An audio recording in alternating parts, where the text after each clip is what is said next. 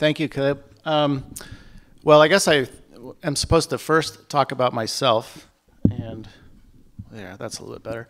I have some information cards that is more descriptive in what I can say in 3 minutes. So they're out on the outside in the foyer, and my website is tomlamar.org. So if you'd like to look at that too, that's more information about me. What I would change about Moscow.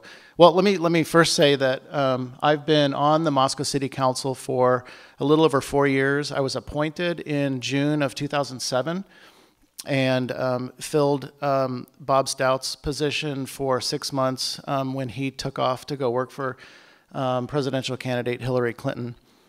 And then I was elected in 2007 and then served for 4 years and then am now running for re-election. And have enjoyed the time that I've been on council, and that's why I'm running again. There's a lot of great projects and a lot of great people in Moscow. In terms of what I would change about Moscow, probably on a day like today, I would change the weather because my shoes get very cold, and my feet get very cold, and my shoes get wet when I'm riding my bike around town on a day like today. But probably more seriously,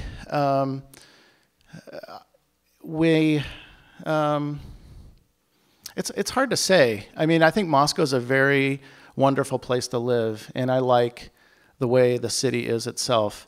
I enjoy the diverse opinions and diverse people that live here in Moscow. We have a lot of opportunity, and then we also have a lot of challenges. I think probably the most important thing that we can do to Moscow is to diversify our economy. Over the years that I've been here, which is about 27 years in Moscow, a few more years in Pullman before that, I've noticed the economy has been for a long time, it was very dependent on agricultural products and production. It's also very dependent on the University of Idaho and Washington State University and other governments. And we've seen businesses like Schweitzer grow, and I think that really adds to the diversity of our region. And I think if we can see more of that kind of growth in Moscow, that would be very helpful, more in the Palouse as well. So I think from a jobs perspective, from a housing affordability perspective, those kinds of things will really help. So thank you.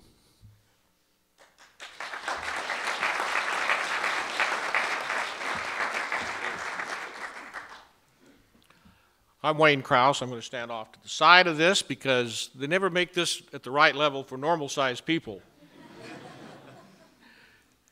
I've been in Moscow almost all my life. Moved here in 1954 with my parents, went to Moscow High School, graduated from there, University of Idaho. Spent some time in the Coast Guard, got out of the Coast Guard, came back to Moscow and got married, raised our family here, managed a business for 32 years, retired, joined the city council, joined planning and zoning. That's pretty much it. Thank you. No. In 2005, I was appointed to planning and zoning. Great experience. It really teaches you a lot about land use, what the purpose of zoning is, the comprehensive plan. It gives you a lot of a background, I think, that you need as you move further into city government, which is when I got elected to Moscow City Council in 2007. I think it's interesting to look out over this audience because this is the 4th forum that we've done, and the 3 others, it seems like we play to the same crowd all the time. You know, it's the residents of Moscow, and they get a little older, but we see kind of the same faces. You guys are changed. It's a change all the time, and I bet if I asked for a show of hands, I'd see very few hands that were here 4 years ago. Am I right? What'd you flunk or what? I don't understand why you... I want to stay on City Council. I want to be reelected to Moscow City Council because I'm excited about some things that we have in the works, some really important things that we need to move forward with. Everything from the legacy crossing to working with our transportation system, which you know is Moscow Valley Transit. I'm sure that there's a lot of you that use that service. We need to expand those routes.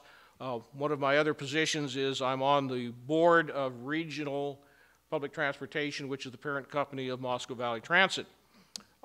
We have the Southeast Moscow Industrial Park, which we've been working on and needs to continue to be moving forward. We've got these programs that we've started, we've moved forward with them. They're an extremely positive thing for the city of Moscow, and we'll continue on with giving our community this balance that we need, everything from the bicycle paths and a great walkable, bikeable community to traffic patterns. So the next question is, how would I change Moscow?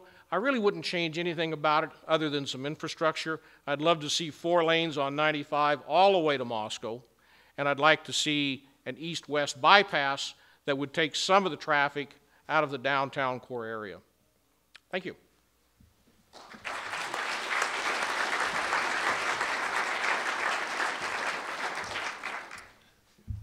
I hope you can see me behind this.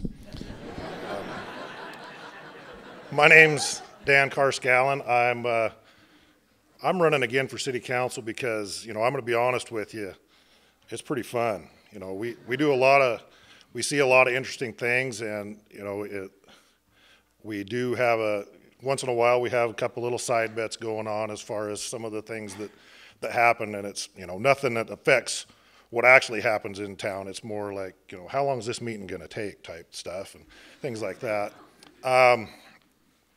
I've lived in Moscow my whole life. It'll be 43 years next Tuesday. So if you want to give me a birthday present, I've had a good life here. My wife was also raised here in town, and of course we're raising our kids here. I think I'm the only candidate that still has kids in school, and that's one of the things. Vote for the levy. Anyhow, if I had to change one thing about Moscow, I don't know what it would be other than maybe not so many hills. But like I say, if I wanted to change something about Moscow, I would have probably changed the fact that I lived in Moscow. I don't really want to change anything. That's why I'm living here. I like what Moscow is, and I've always enjoyed living here. Tom brought up some points that I thought also, we do rely heavily on the university as our economic engine, and that's something that we need to diversify more into more economic growth. With that Southeast Moscow Industrial Park is one of the big things that I think we can help bring some more business into town, some more jobs that'll help keep you guys in town, things like that that'll help increase Moscow's prosperity in the future. I guess one other thing I would change is I'd make these lights not quite so hot. Anyhow, thanks everybody. Vote November 8th.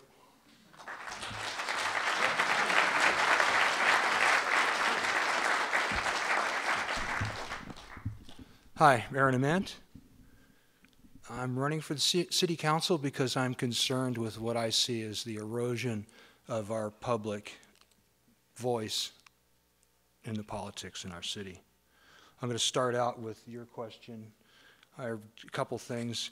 I wish we had a little bit of room on the west to expand. Like Wayne, I wish that long ago the decision to have the highway run through the city had been changed and that they had a bypass.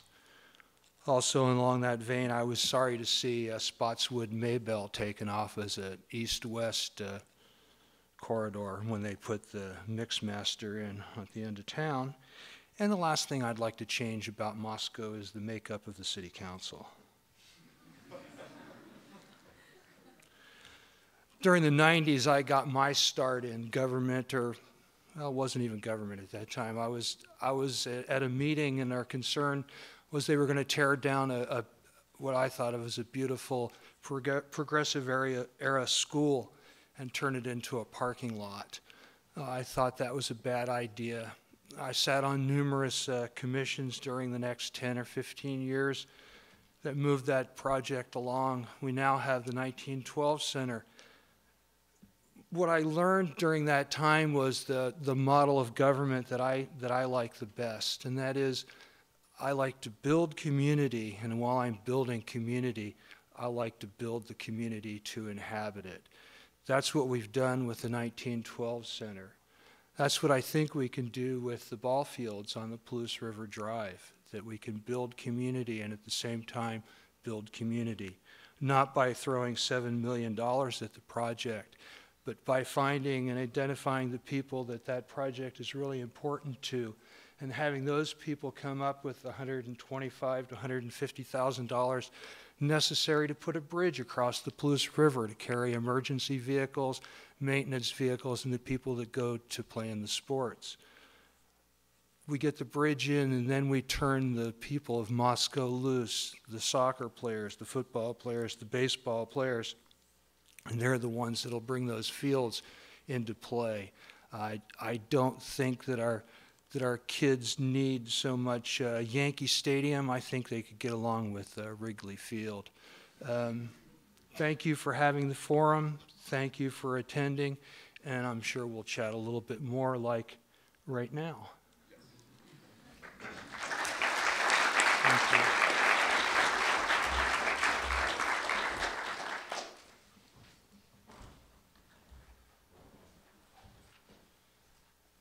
Would you like to say something? I was just going to say, we'll have Aaron Amant and the student panelist, Tyler Ankoviak. Well, I know most everyone here, but as you said, I'm Tyler Ankoviak, and they also haven't made a podium yet that can hide me. It's good to see you again. My first question lends itself to something you've already said. You, as the only candidate who is not an incumbent, obviously represent a desire to change what's going on with the council. So beyond what you would change in Moscow, what hope or what changes do you hope to accomplish by joining the council? Yeah, when I was on the council before, and this caused some bit of controversy to some, we passed something called the Large-Scale Retail Establishment Ordinance that seems to have gotten quite a few people very upset. One of the things that I'd like to change is when you do something like that, that's not going to have results in 10 minutes, 15 minutes, 2 years, maybe even sometimes 3 or 4 years. We have had some positive results before it bit the dust, and that was what happened with our Walmart store. Had that large-scale retail establishment ordinance not been passed, what we'd have now is we'd have a Walmart on the east side of town, and some of our very valuable space, which I alluded to earlier, that we don't have much on the west, no room for expansion. The gateway to our city from the west would be occupied by a giant dark store sitting in an asphalt ocean, doing nothing. As we've seen, to re-inhabit the building, they've had to pretty much tear it down and rebuild it. So it would have been a great subtraction from our city. Gotcha. So you perceive Walmart leaving to have been a good thing for the city? I perceive what we have now as being a good thing for the city. Had Walmart decided to rebuild in the space that they're rebuilding in now, none of the Walmart controversy would have arisen. Now, this sort of leads to one of the questions I had, which is Moscow is sort of has a reputation for being unfriendly to business. Okay, from who? Well, that's the thing about a reputation. It doesn't need one source, but it has a number of sources, and and it's pretty much the same sources, time and time again, standing up and saying that Moscow is unfriendly to business. Citizen concern with development is not anti-anything. It's pro-Moscow. Right. So you think that big business coming into Moscow would fundamentally hurt Moscow?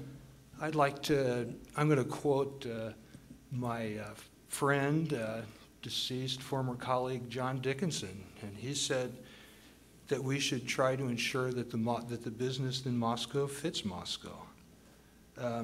Large-scale retail establishments, national chains come in, and what they do pretty much is they mine our community for money. I've seen a couple different studies, and both of them agreed on one thing, that your national chains pull an extra 30 cents out of every dollar spent out of the community. If you're solely dependent on national chains, pretty soon there wouldn't be any community. So about Moscow's community, a lot of the literature that you've put out with your campaign is about preserving the character of Moscow. What do you think the character of Moscow is? And secondly, how do you think New St. Andrews College fits into that? It's not one thing. Moscow's character and the quality of life, I've said, is we define it differently in every neighborhood and in every part of town. And I think that I'd like to think that New St. Andrews would be a continuation of the fine educational opportunities that Logos brings to our community. Good. I happen to have been impressed by one of the people that I met that goes to New St. Andrews. We met in the street when I was passing out literature, and Tyler was very, very kind. We had, what, 2 or 3 minutes, but it was, it put me at ease for the day. Well, good. I think by kind, he means I was driving by and I didn't run him over. Only because I jumped. He's quick. All right. I guess the last big question that I have is that in my research to prepare for this interview, most of the articles that I came across had to do with you were about interactions with conditional use permits. Could you, for the benefit of the audience, explain what a conditional use permit is? What a conditional use permit does, and there are some cities in the country that every use is a conditional use. What the conditional use permit is just what it says, that there are conditions that have to be met before you will be allowed to set up shop. That means we get to look at things like traffic, water use, sewage, just the different impacts that the business is going to have on the community. The other really important thing to me is that there's an official place for people, the citizens of Moscow, to be a part of the process and to speak on the record. We have really a diverse and a talented community, and I think that we hurt ourselves when we don't invite that community in to be a part of our decisions. Too many times during, I've spent more time watching city government than I have being a part of it. And what I've seen most is that we invite our citizens in to watch us make the vote. And at that time, there's nothing left. It's been said that the time for citizen input is during the zoning process. But during the zoning process, if my memory serves me correctly, you're not allowed to talk about any specific uses. And so that really doesn't serve the purpose that having the community involved in the process from the beginning does. I hope. No, that's helpful. Do you think that you can use a conditional use permit to affect your ideology on a certain area? So if you have a certain opinion about the way that the economics of Moscow should be run, does a conditional use permit allow you to enact that on a certain area sort of over and against the zoning that is already there? No. Good. Good. No, a conditional use permit, not a conditional use permit. Same people make the decisions. The big thing is the place that we give the community. That, to me, is the important part. Excellent. Thanks so much.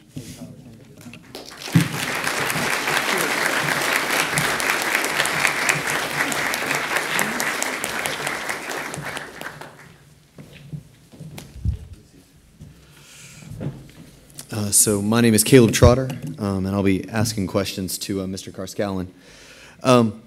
Sir, when you first ran for office back in 2007, you said that Moscow City Council was at that point anti-growth and anti-business. What led you to say those things about the City Council, and what have you done over the past few years to change that?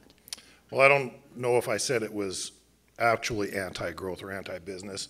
I think the perception was there at the time, and I think that's what helped me get voted on to the council is, I think I'm perceived as more business friendly. What we've done is we've taken and I guess you could say relaxed some of the requirements in the large scale retail establishment ordinance. The ordinance isn't dead. There are still requirements of a large-scale retail establishment. We'll just, since it's LRE is a better way to say it because it doesn't take as long to say. We've done I think a good job of taking that and lessening it. We have the design manual that these big box stores need to follow in order to be placed in town. And, that way they fit Moscow when they come here. And I think that we've done a good job of relaxing that so it allows these businesses to look at Moscow and say, well, it looks like they're wanting us to come here. When we passed an emergency ordinance and then the LRE ordinance in the first place, it kind of probably made those people take a second look at Moscow, whether they wanted to come or not. Yeah. So you say in your brochure that you want to continue cultivating a business-friendly atmosphere. What more needs to be done? I mean, how do you think we make us more business-friendly? Well, we're not just Moscow when it was started was kind of the retail hub of the area, but I don't think that we can rely on retail alone. I think that we need, as I said earlier, we need to look at small-scale manufacturing, light industrial type things, and help bring those into Moscow, the Schweitzers and the Decagon industry type outfits, and bring those here and help bring those jobs here to Moscow as well. Anytime you can expand the tax base, you lessen the tax load on everybody in town. Okay. Okay. So, yeah, you talked about the industrial park happening in southeast of town.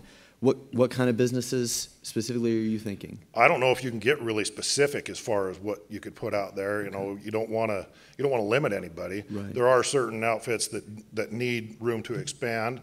Biketronics is an example here in town that they build electronic parts for Harley Davidsons. The Buck Knives looked at Moscow back in the day and ended up locating in Post Falls with their manufacturing. There was P&W Arms looked in Moscow, I believe, but I think they found a better place, a better fit at the D8 property up Potlatch. Those are the kinds of businesses that could come to town, could offer the jobs to help keep our people here.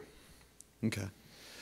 So let's say we bring these businesses in, we increase our tax base. If we start getting all of this money, where would you put it? Well, there's always the potholes to fill. There's the streets that need paved.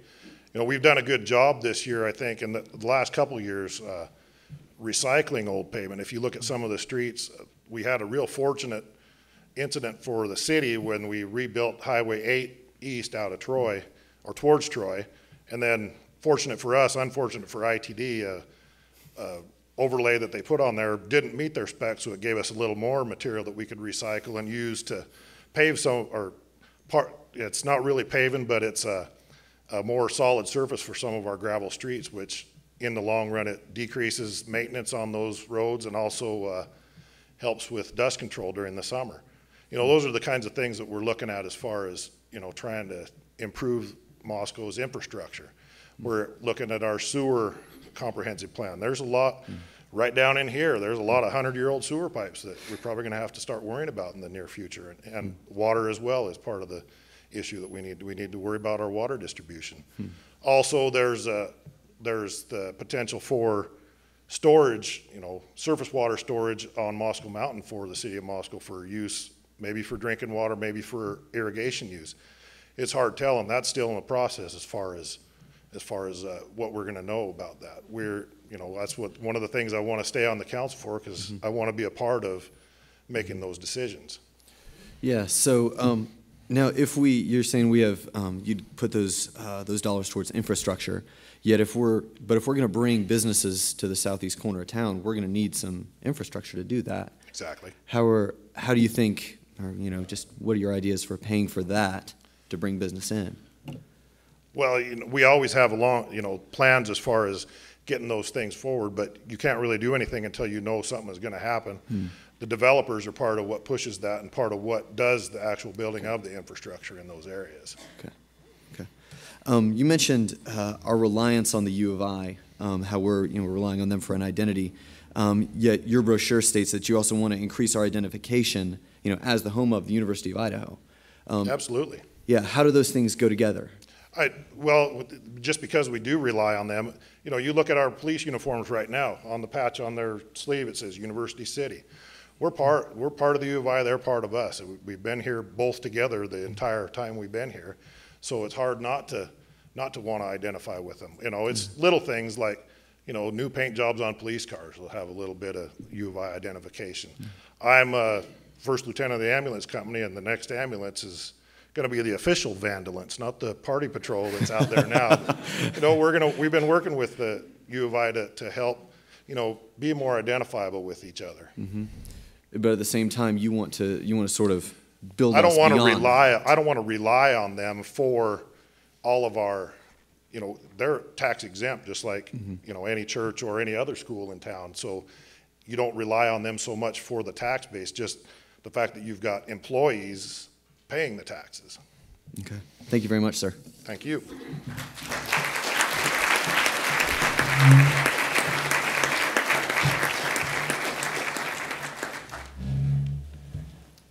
Mr. Krauss, thanks for joining me. Okay, well, I'll ask the questions and you answer. I didn't think he'd go for that, really. I wouldn't. So, Mr. Krauss, this has already been alluded to by Mr. Amant, but I'd like to bring it up again with a different sort of angle. There's some concerns that the city council, the current city council, is too uniform, and that the uniformity makes them unresponsive to public opinion. There was a letter to the editor in the Moscow Pullman paper that said, public input is an important part of public decision, is an important part of the public decision-making process at a city council level, and it has been lost with the current makeup of the council. Do you think that the seeming uniformity of the council is an impediment to the council and makes it unresponsive to public sentiment? Daniel, that's a really great question. And I think we have to go back a few years, even if you want to, and take a look at when public input comes in and when things have to progress along. And as Aaron spoke to a little bit about land use and zoning, a characteristic has always been the time when you do have public hearings for land use issues. If a property owner comes in and they've decided that they want to take their particular plot and use it for something else, then they have to go through, first of all, possibly a land use designation change in the comprehensive plan, and then possibly then they'll have to go for a zoning change. Both of these are times when you have to have, and should by right have, your public input and public hearings. It all starts off at the planning and zoning level, okay? At that particular time, your planning and zoning will make a recommendation to the city council. City council also will have a public hearing at that particular time.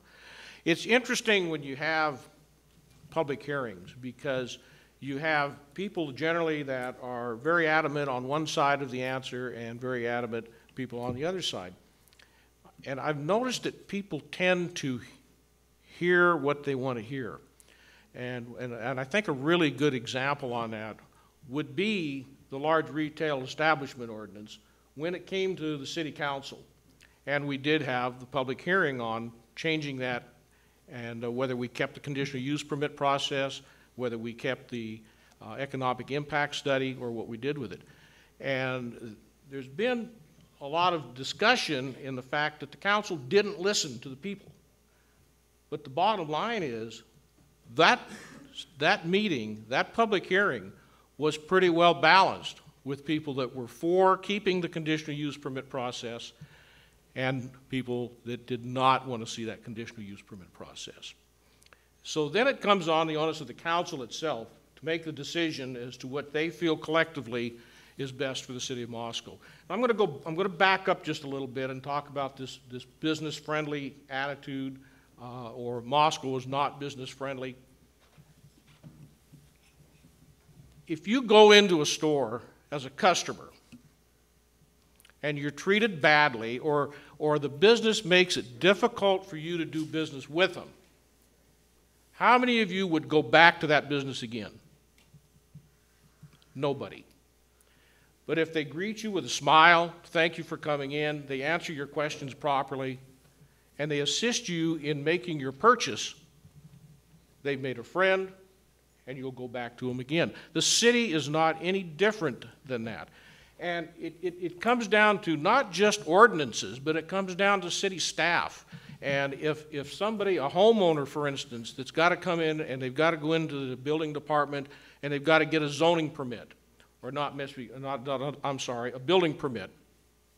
If they're met at the counter by somebody with a frown on their face and an attitude of, why are you bothering me when I'm busy, that's not very business friendly. Perhaps Moscow was that way to an extent a few years ago. We've got a tremendous staff in the city of Moscow now. When somebody goes into the planning department for something, they're answered, their questions are answered well, they're assisted, city staff works with them. These are the kind of things that makes that person feel like they are truly the customer of the city of Moscow. That's business friendly. And it comes down to the same thing as if a developer decides to come into Moscow and they want to spend their money in Moscow and they want to develop something. They want to look at a set of guidelines so they know exactly what they have to do. When it came down to the conditional use permit process and the public hearing, it gets to the point to where a business is looking at Moscow, they've found a tract of land that by right they should be able to build there because the zoning says that type of construction is allowed. But then to have to go before the city and basically say, may I, and have a public hearing when the land has already been zoned for that use. And planning and zoning, the people on that are very, very intelligent. They know what that usage can be when they rezone it. So that's another way that you become more business friendly. Okay? Okay, and kind of dovetailing off of that, while I was researching for this forum, I got the impression that you believe that improving the quality of life in Moscow will help attract businesses to Moscow. So you want the city to work on improving paths and parkways and traffic flow especially. Can you talk more about what your plans for improving Moscow's living quality look like and how that would attract businesses in 45 seconds? I've got 45 seconds to answer a 5-minute question here. When we're all trying to attract higher paying jobs. Therefore, we have Alturas Park, Southeast Moscow Industrial Park, and so on and so forth. And when these people come in and they want, I'm trying to get this done, the families are looking for a couple of really important things. Number one is a great education system. And number two, what's the shopping experience that they can have? And I'll tell you right now, if you folks, if you decide that you're going to go shop at Walmart or you're going to go shop at Target, you're going to go to a Target or whatever it is, wherever it's at. Are you not? I thought so. So why not have it here? Thank you very much.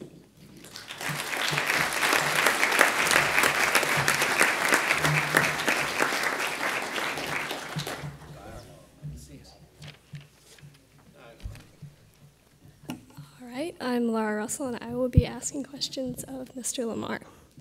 First of all, a question for clarification. In your opening comments, you talked about how you would like to see more economic diversity. And I was wondering, do you mean more industrial growth in Moscow? Is that the kind of diversity you're looking for? Well, there's definitely a potential for industrial growth. And however, the current existing industrial zone is the one that is located between the downtown and the University of Idaho.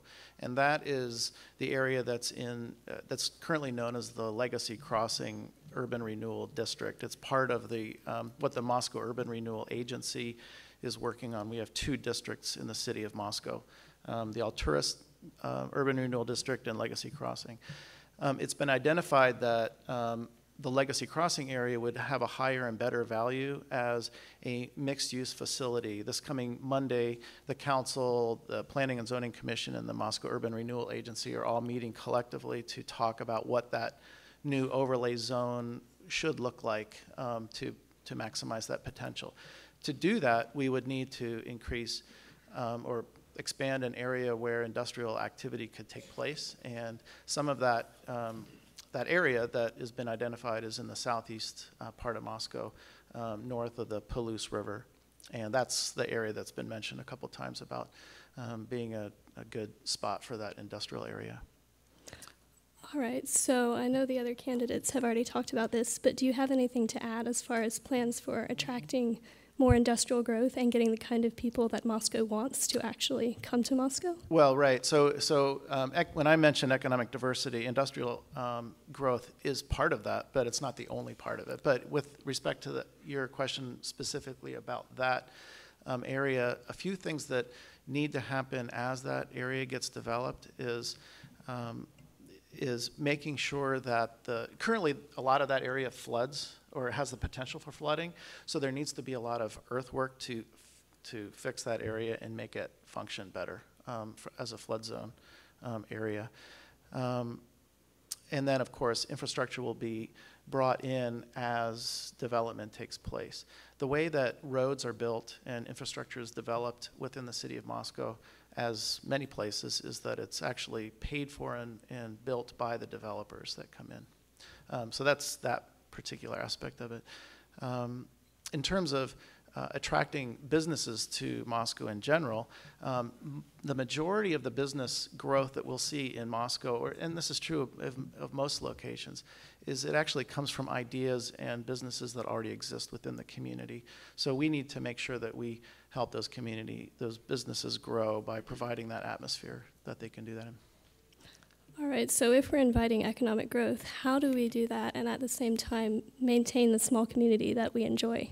Right. Where's the dividing line? Well, we do have a rate of growth within the city of Moscow that's been fairly typical over the years. I mean, it certainly goes up and down over time, and it's not a very fast rate of growth. It's about 1.5% or so, and I think we continue within the existing Moscow that we have. We continue to see benefits grow along with, economic growth that's taking place. And sometimes the economic growth is what makes some of those things possible. For example, the Leta Trail, that exists because people feel they can make contributions to that pathway, help write grant proposals, attract that in, and I think that encourages the benefit of the community. When people feel good about the area, they'll invest in the ice rink, or they'll invest in the swimming pool, or they'll invest in any of those things that help make or keep Moscow the Moscow that we want to live in. All right, so what is your long-term vision for Moscow? We talked about what we do in the next 3 or 4 years, but say in 50 years, where do you see this town? And how can you affect that through your term? In 50 years, the prediction is that Moscow will have a population of 50,000 people. At least that's what we've seen with the people that have come in and given us, predictions for growth rates and so forth. I think that when we think about a city that size, I think we want to make sure that we plan for it now so that we can have those things that we'd like to see in our community, and make sure that as it grows to that size, that we continue to make sure that those things that we want to have here are included within the plan. And so that's infrastructure kinds of things, but it's also that also goes to the way we treat each other and the way that we enjoy this community. So it's not just the infrastructure aspects of it, but it's the communication components and the listening that we do within the community and the reaction to those ideas and thoughts, and to move it forward. All right, we've already talked a little bit about the conditional use permits. And what tension do you see between local regulation and individual property rights? Well, I actually also manage the Palouse Clearwater Environmental Institute as my professional role. And our facility on the north end of Moscow, it's a 12.3 acre nature center. In order to be in that location, we had to get a conditional use permit. And I went through that process. I actually found it to be a helpful process because it was a way for us to communicate with the neighbors in the area. And yeah, we own the land by right we could be there, but I really appreciated the opportunity to communicate better with the neighbors and to bring them in. And we actually had people from the neighborhood come and testify why they wanted us to be there. So that was good. And I think those kinds of hearings give an opportunity for communication. All right, well, that is a very positive situation, but if there was a situation where maybe your neighbor is complaining about something you're doing, then where is the line between what you have the right to do with your property and Right. where the public interest comes in? So perhaps we have an opportunity in that communication to improve our projects, and I think that that's always an opportunity. You know, how can we make what we're doing better based on the feedback that we get? All right, So, thank you very much. Thank you.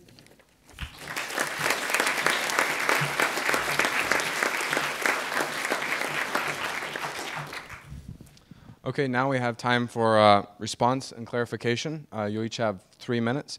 And if you haven't done so yet, go ahead and write down any questions you have on your card and pass it to the aisle nearest you, and then we'll have a couple guys collect those, and we'll ask those in just a few minutes.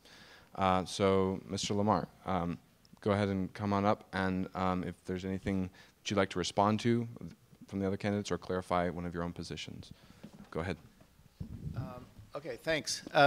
Well, I guess I'm not sure I have anything specific that I wanted to respond to or clarify. I think that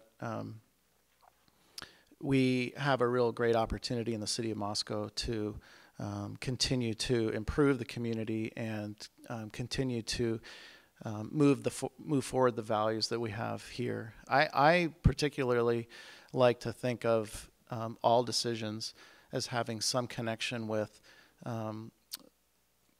3 different areas: the environment, the economy, and the community. And every time that a decision comes before me, I like to try to look at it and consider all 3 of those areas as a balance of how is this going to impact the environment, how is this going to impact the economy, and how is this going to impact the community. And likewise, how can the community add to this particular decision, how can the environment add to this particular decision, and how can the economy add to this particular decision. So constantly we're being given decisions to make on the city council, and we need to think about the impacts on the people that live here and all the different opinions that that exist within the town. There are lots of ways that people think about different things that we do here, and we need to make sure that we consider the trinity of those different concepts: economy, environment, and community, always. And so I think that those are some of the things that I'm constantly considering. We have really excellent citizen commissions within the city of Moscow that take a lot of time to detail their consideration on lots of different topics, and I take those opinions very heavily, very importantly, to make sure that we weigh heavily those opinions and bring those into how we move those things forward. We have an excellent staff. I find them to be very friendly, and I think that the city of Moscow itself is very friendly. However, I'm also inside the city government, so that's my perception of how it is. And I felt like the city of Moscow has been very friendly for a long time, even when I was a person on a citizen commission and not on the city council. So I think we live in a wonderful community, and really enjoy being part of the decision-making process here. Thank you.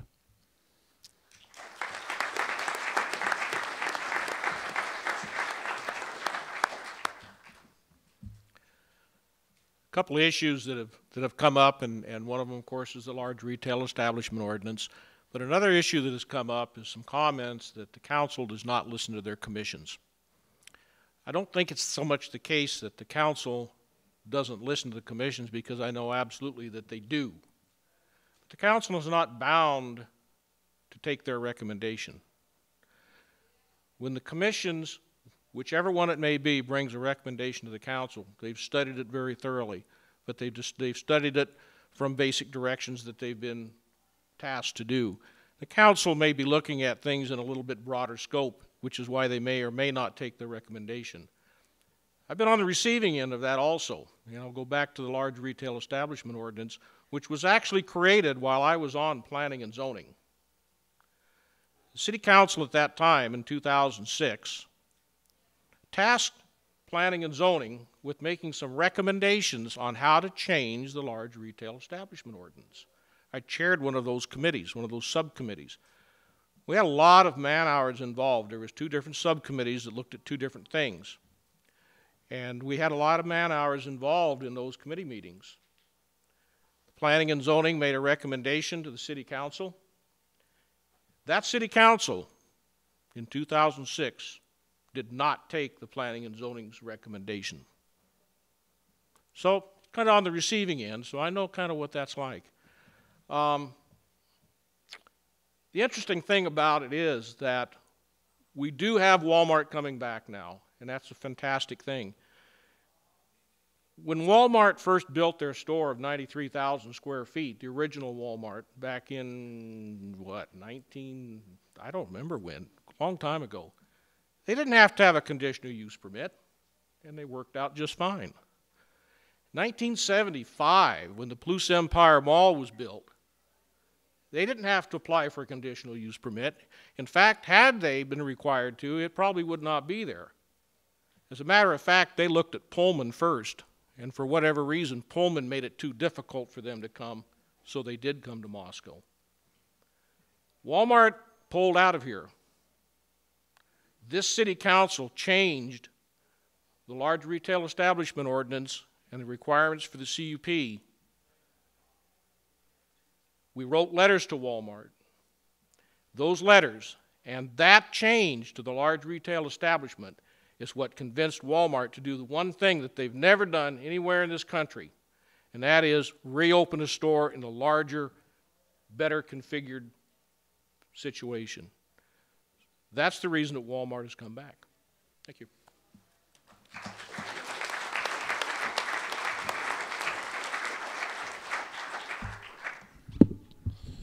I think an earlier question was asked, or there was a statement about how the council is homogenous, for lack of a better term. I don't know if I agree with that. Every one of us up there has been on the short end of a 5-to-1 vote, and it's some folks maybe more than others, and even a 4-to-2. Heck, we've even had some tiebreakers here recently that the mayor got a chance to vote. So I imagine she's happy for that. But I don't think that we're homogenous. I think that we do get along, though. We may not agree on a subject, we may not agree on what's going on, but once we take care of that agenda item, we move on to the next one. And we sit next to each other every Monday up there, and we get the business of the city done. Tom and I even share some junior mints on occasion. It's just, like I say, I think we got a good council right now, and I think that if we could continue the work we're doing, that would be a great thing. And I just hope that we can continue, you allow me to help continue doing the business of the city. Thank you.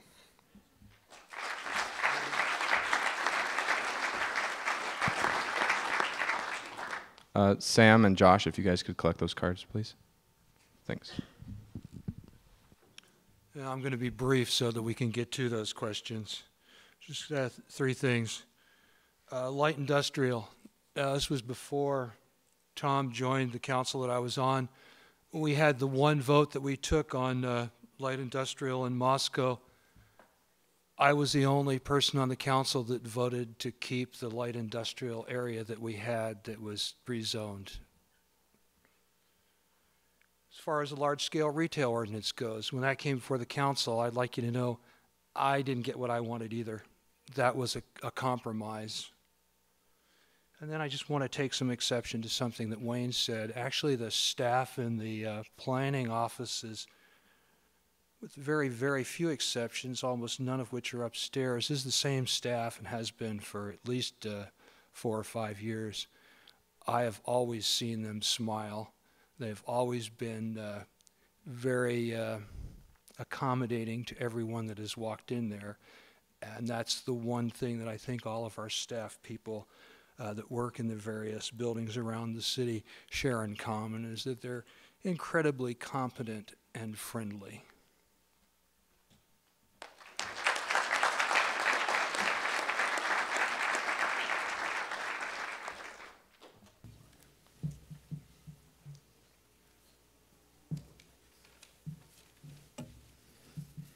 All right. Got some questions here from the audience. First one is, how are you more qualified constitutionally, ethically, etc., to take this responsibility into your hands? And what are your principles? You know, my hero is a guy named Solon. Solon, yeah. Solon? Yeah, there we go. He was given absolute power in Athens, and he gave it back. Another one of my heroes is Pericles. What can I say? Okay. Would anyone else like to respond to that? Well, I like Hercules too.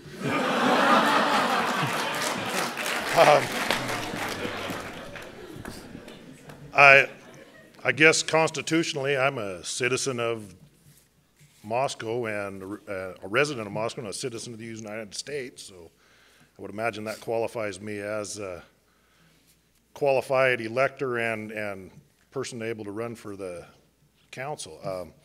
Ethically, I like to think that I do the right thing every time we're up there. You know, just because we do something that you don't necessarily agree with doesn't make it the wrong thing. There are still people that do agree with what we're doing up there. So, you know, and just because we don't do what you don't agree with doesn't mean we didn't listen to you. So there's that. Thank you.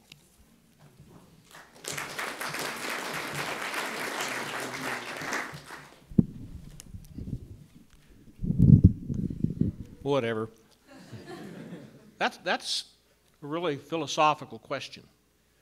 Constitutionally and ethically, correct? Yes, constitutionally, ethically, and how would these principles affect how you treat your responsibility in office? Well, I'm going to start off with a little bit of levity here, because when I retired from Martin's Auto Service, a Goodyear store, and I took the summer off, wasn't old enough to collect Social Security yet, so I had to get a job, and I weighed a variety of different jobs. And for 2 years, I worked for Toyota. I was a car salesman.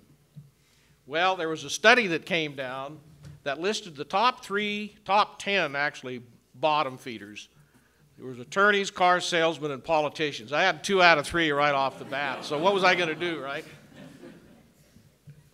In all seriousness, Gail and I raised 2 boys that are doing phenomenally well. They're better men than I am. There's 2 things I told them, and one of those things that I said was, no matter what you do in this world, no matter what you take with you or what you say, your word to another person has to be golden. That's your ethics. When you say something, then that's the way it has to be, unless you have no control over the outcome. That's about ethics, and it's about your beliefs. And I believe very strongly, of course, in the Constitution. But a man's word is the most important thing that you have. And as a politician, I think that's lost an awful lot of times, especially on the national level, because of so many different influences. Luckily, on the local level, we don't have near as many influences on us. But every once in a while, something will happen where you have to make a decision that's going to affect one of your friends. That decision has to be made for what's the best for the city overall, and not necessarily for one individual group of people.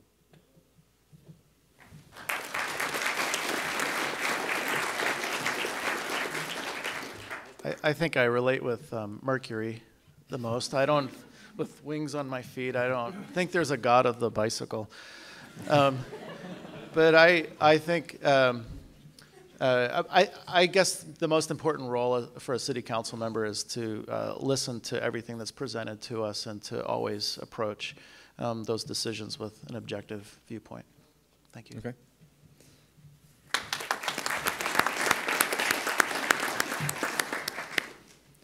All right, the next question is, and actually teeing off what you just said about riding your bicycle a lot, we'll start with you. Would you be in... Start with him, riding a bike. No, I'm teasing. Go ahead. All right. Would you be in favor of additional city-owned parking in or near downtown? And if so, how would you pay for it? Wow, okay, good.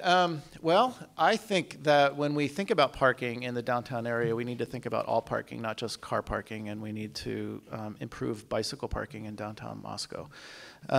We started to talk about that earlier in the year, and we very much addressed why there's more of a need for downtown bike parking in Moscow than perhaps other parts of the community. And we haven't really picked up that conversation again on council, and I'd like to see us do that. In terms of purchased land for more parking, there are a couple of issues involved. One is car parking spaces are extremely expensive. They use a lot of land, they use a lot of asphalt, and if you have one surface like a parking lot, that's expensive already. If you start stacking them up on top of each other, it makes it much more space efficient, but it becomes even more expensive than that. That's really going to have to be possible as we get more development. Perhaps in the Legacy Crossing area, I could see that as taking place. Within the downtown area, the primary parking spaces that we have outside of the Jackson Street lot are privately owned. So like the Moscow Food Co-op, the Daily News, some businesses like that have some private parking. It would be tough, I think, to ask voters to pay for more land to buy parking spaces at this point. Okay, thanks. Thank you.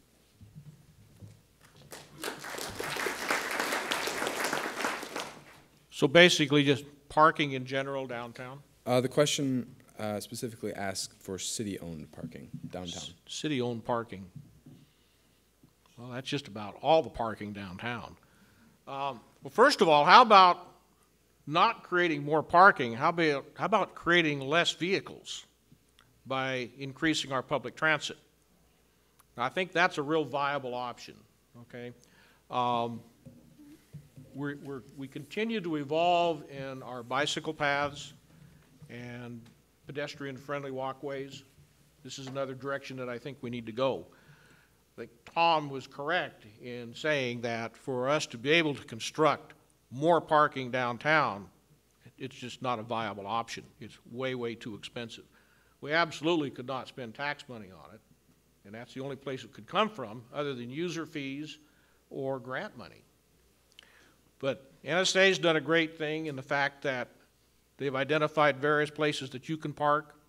But Moscow also did a permitted parking. We've completely revamped that about 1.5 years ago, and you can buy a 1-year permit for $85 and park in the Jackson Street lot all day long, freeing up parking downtown. So I think it's more a matter of intelligent use of the parking that we have as opposed to creating more automobile parking. We do need more bicycle parking. That's also in public right-of-way, and there may be some funding options to do that at a later date. Okay.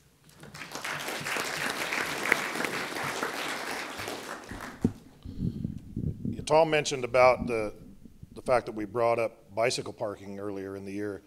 A lot of people came in and testified to the fact that we don't have enough downtown. Well, unfortunately, the ordinance as written didn't even address downtown bicycle parking. So that's part of why it ended up going back to get some revamp from the committee. As far as was said before, it's going to be hard to do any increase in actual vehicle parking downtown. There's just not the space right now, but as the Legacy Crossing urban renewal area starts becoming developed, I think that's going to increase our downtown area.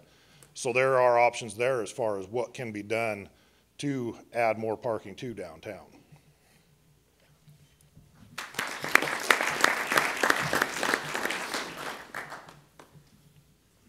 I'd like to weigh in too on addition by subtraction. We can add parking spots by subtracting cars. One of the ways that we can do that is an issue that's arisen again, and that's the vehicle bridge over connecting 3rd Street with Mountain View. I think that's wrong and will hurt the process, because 3rd Street should be maintained as that alternative route east-west. I don't know how many of you ride bicycles, but if you ride them up 6th Street or any of the others going east, you're a lot tougher than I am. It's all I can do to ride my bike up 3rd Street, so I guess it would be conservation. Also, we have a transit center that's going to be coming online at some point. Hopefully there'll be parking there so that people from out of town come in, park the car there, and use our fine transit system that we have in Moscow. And I can't help but see the man that's responsible for that sitting in this room. So there you go. Okay, thank you. One short thing. On pronunciation of Greek, I think isn't the jury out on that? And if anything, I'm a lot closer to have been there when it was spoken than you guys are. So, you know, give me a break.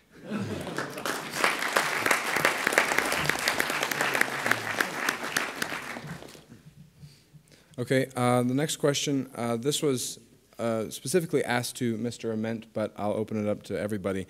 At what point would you, is growth really a good thing for this community? And at what point would you consider a potential business too large to accurately reflect the size of Moscow? Well, I just remember hearing one of the early forums I was at when I was running for office, and somebody was talking about you know, unlimited growth is wonderful, and my only thought was, yeah, if you're a cancer cell. I mean, you know, otherwise, if we had 10% growth here every year in our population, pretty soon we'd be riding around on each other's shoulders. It just won't work. Every business should be judged not on its size, not on the marquee that sits on the top of the building. Every business should be judged by the way that it wants to come in and occupy our city. So I don't know that just beforehand you can say anything is too big, too foreign, too anything. What we need to do is look at those options that they're presented to us, and look at them honestly and openly. And that means that you're able at the end of the process to say either yes or no, depending on whether you think that the project is the correct one. Okay, thank you. You know, I'm not sure it's the city's place to tell a business whether or not it can come in. That's going to be the consumer's place. You know, if no business is going to come in unless they, you know, there's no sense of requiring an economic study by someone, because I think that's already been done before they even look at an area as far as trying to potentially locate there. So there's no sense in requiring I mean, yeah, traffic studies and things like that, they're important because we need to know what kind of infrastructure we need to do outside of that area and around it. But as far as, you know, potential other effects, that's what that business has done before they even thought about coming to town.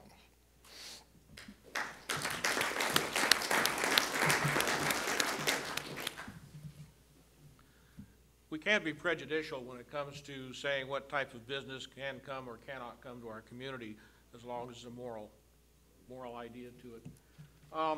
You know, I'll go back to when I was on planning and zoning, and we had some discussions as to the council wanted us to modify the LRE, and one of those things that we talked about is, should we have a cap? Should there be a size cap on a large retail business? And there was some discussion that there should and there shouldn't, and we finally left it at, you know, a business is going to define what they feel is financially adequate and financially fits within this community. You know, there's some things that we really lack in infrastructure that we really have no control over. An example is that there was a study on 13 different communities, some smaller than Moscow and some larger, that Target had looked at. And out of those communities, every single one of them had better access within a half a mile to a mile of an interstate. They had a higher population base within a 25-mile radius than Moscow does. And they had a higher mean income, average income that Latah County and Moscow has. Oh, and by the way, none of them had a conditional use permit process, but that's beside the point. The fact of the matter is that Moscow is lacking, just because of our ruralness that we really have, in really the ability, I think, to attract anything that's going to be of any humongous size. So if a business does decide to come and look at us and to establish a retail presence, or hopefully in the Southeast Industrial Park, a manufacturing or an industrial presence, they're going to look at what fits in the community and what fits their pocketbook. So I think it's self-regulating. I think capitalism itself is going to be able to regulate that.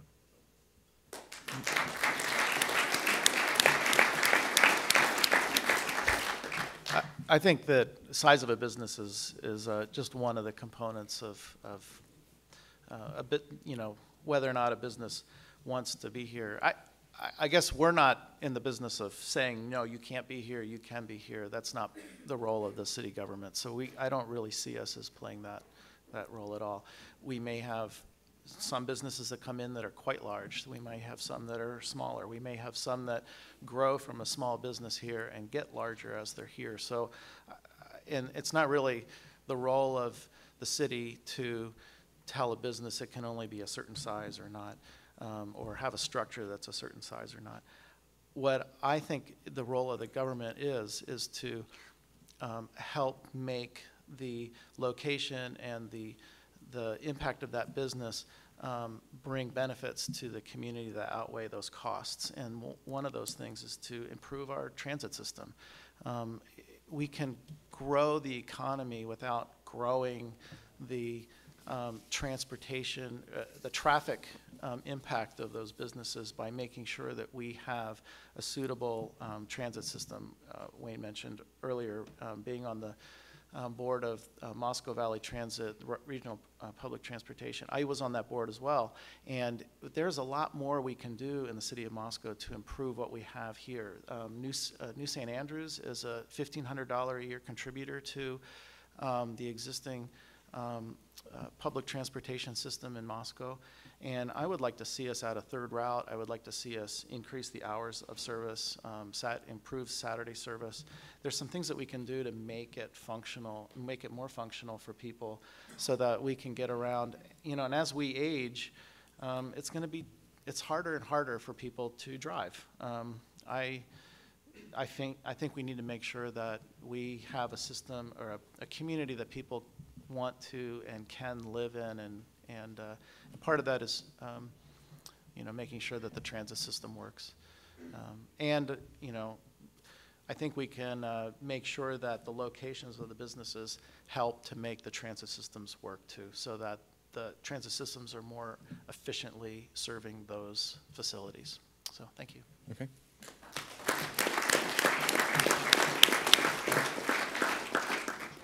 Okay, we have time for one more question, and that would be this. Please explain your stance on listening to the concerns of the public and residents on issues, and how would you make sure that they are considered in city council decisions? Yeah, anyone who'd like to answer that question? Well, there's sort of two things. One is we have a legally binding system for public hearings and so forth whenever we have decisions that require public hearings versus those that don't require public hearings. And so that legally binding one, we follow those rules. And as city council members, we're basically told, okay, this is a hearing process. You're now, you know, this is the process that you're in. And then there's the other non-legally binding processes where we are just always hearing what people have to say. We receive emails, we receive phone calls, letters from people saying, I'd like you to do more of this or less of this. And I think that when we consider those things, we need to make sure that we're doing so in an open process. And I think we do that. I think that personally, the way I look at it is I really care about what those citizen commissioners are saying to us and how they're moving us forward, you know, moving comments to us. And you know, a few times I feel like you know, I would have liked to have seen us change the language of some things to really address the specifics of what people have asked us, so that they don't walk away feeling like they're not being listened to. So some of it is just the way we feel, and the way people feel when they're involved in the process. And I think that for me, I want to take the time to reach those points of how people feel, because I think that that addresses the needs. Okay, Yeah. thank you.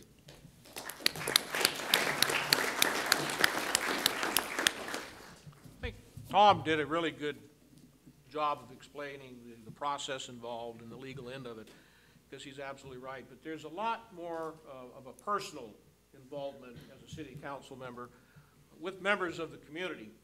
And you know, perhaps somebody like myself, that I had a business for so many years here, and I've lived here for so many years, that I know so many people, maybe that makes me as approachable as I am. But we all have email addresses, our phone numbers are all listed, and I think one of the things that the council member can do with individual members of the community is, when they have questions specific to any particular subject, to help answer those questions specifically for them.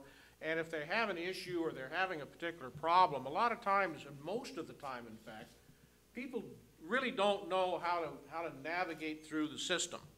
And that's one of the great things about having been in government as long as I have now, and so familiar as I am with Moscow, is when somebody comes to me. In fact, it just happened 2 days ago. A lady had an issue, and she called me, and she says, what should I do about this, and who can I contact? And I did some legwork for her, and we got the process moving along for her just fine. I think that that's an important part also of being a member of the city council, approachability.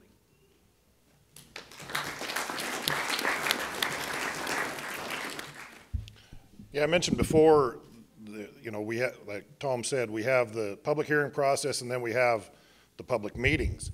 As chair of the administrative committee, you know, there are times when we don't, you know, it's a public meeting, but it's not a public hearing. The public isn't necessarily going to be heard at those meetings, but a lot of times, if somebody's there with a concern, we'll bring that up, and we'll listen to that as well, and hopefully bring that forward, those concerns forward to the council as we bring the issue forward.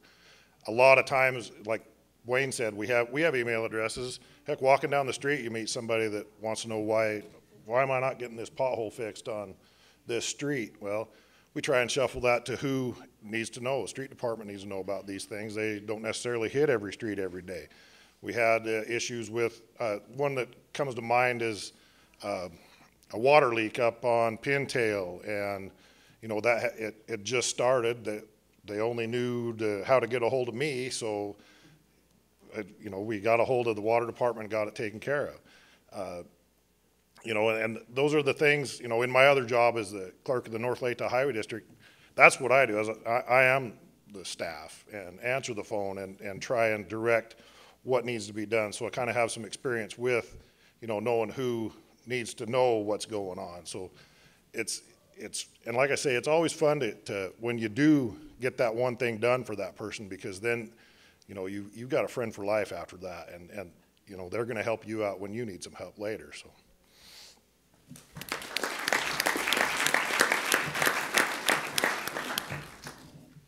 Yeah, this is an interesting question. One of the things that I found that I guess I didn't like the most about being in government was that I found that when the issues were the most important was the time that I was least able to talk to the public, because of the quasi-judicial nature of the hearings. So be among the people, listen to the people, and then make sure that you give every word that you heard to the other council people. So what I always encouraged people to do was to email me, and that way it was easy to send those emails and those concerns to my fellow council people.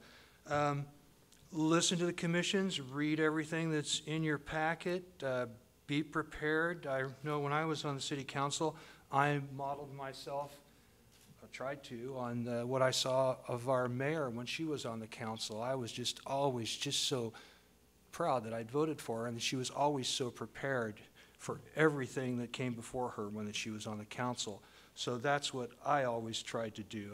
I read everything, including the design manual, which is actually a little bigger than a Spider-Man comic, but a little smaller than a classic comic illustrated. I mean, some of you maybe heard that it's a really difficult, huge, no. And like comic books, it's full of pictures.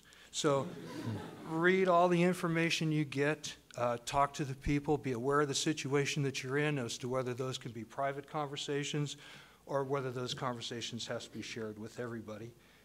Are we going to get a chance to wrap it up here before we go and say anything to the folks? Unfortunately, no, that was the response and clarification. Thank you. You've put me very much at ease. I have to say sometimes I'm a little bit leery.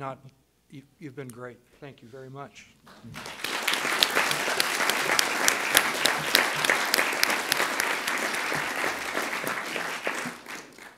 All right, and with that, that will end today's forum. Let's just thank the candidates one more time for all being here.